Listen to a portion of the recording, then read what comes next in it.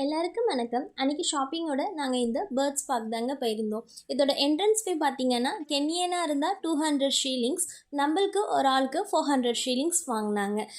உள்ளே நுழைஞ்சோடனே ஒரு பெரிய ஆமை இருந்துச்சு. அந்த ஆமையோட வயசு பார்த்தீங்கன்னா 131 இயர்ஸ் சொன்னாங்க. இந்த மாதிரி ஆமைங்களாம் 300 வருஷம் வரைக்கும் உயிரோடு இருக்குமா. அது பக்கத்தில் ஒரு கூண்டுக்குள்ளே 2 பெரிய முதல்ல இருந்துச்சு. முதல்ல பக்கத்தில் பார்த்தீங்கன்னா உடும்புங்க வச்சுருந்தாங்க, மானிட்டர் லிசார்ட். இங்கே இருக்கவங்க இதை புருக்கெங்கே சொல்லுவாங்க. அப்புறம் கொஞ்சம் தூரத்தில் பார்த்தீங்கன்னா பைத்தான் வச்சுருந்தாங்க.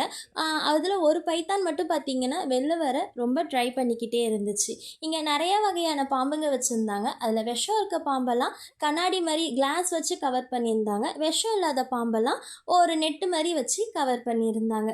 அப்புறம் இங்கே நிறையா வகையான ஆந்தைங்களும் இருந்துச்சு. அதில் இந்த ஒரு ஆந்தை பார்த்திங்கன்னா பாம்பு சாப்பிடும் அப்படின்னு சொன்னாங்க.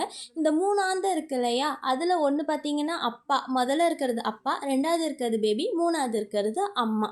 அப்புறம் கொஞ்சம் தூரத்துலேயே பார்த்திங்கன்னா வல்ச்சர் வச்சுருந்தாங்க. அந்த வல்ச்சர் அவங்க சொல்கிறதெல்லாம் அப்படி கேட்குது, அவ்வளோ அழகாக அதை ட்ரெயின் பண்ணி வச்சுருந்தாங்க. க்ளவுஸ் போட்ட உடனே அது ஃபோட்டோ போஸ் கொடுனா அழகாக வந்து கொடுத்துச்சிங்க.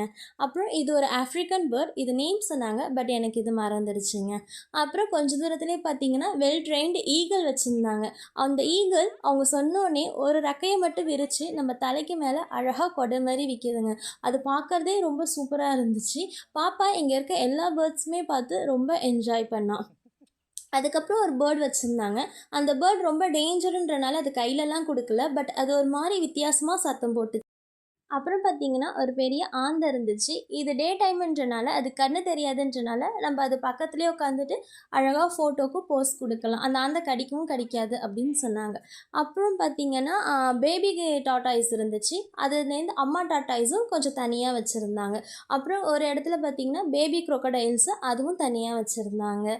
எனக்கு ரொம்ப பிடிச்சது இங்கே தாங்க. ஒரு இடத்துல நிற்க வச்சு கையில் க்ளவுஸ் போட்டு கொஞ்சமாக கறி துண்டு வச்சாங்க.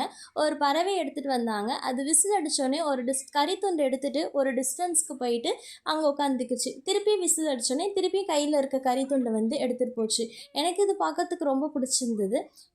இந்த மாதிரி வீடியோஸ் நீங்கள் பார்க்கணுன்னா என் சேனலுக்கு சப்ஸ்கிரைப் பண்ணி எனக்கு சப்போர்ட் பண்ணுங்கள். இந்த வீடியோஸ் உங்களுக்கு பிடிச்சிருந்ததுன்னா ஒரு லைக் போடுங்க.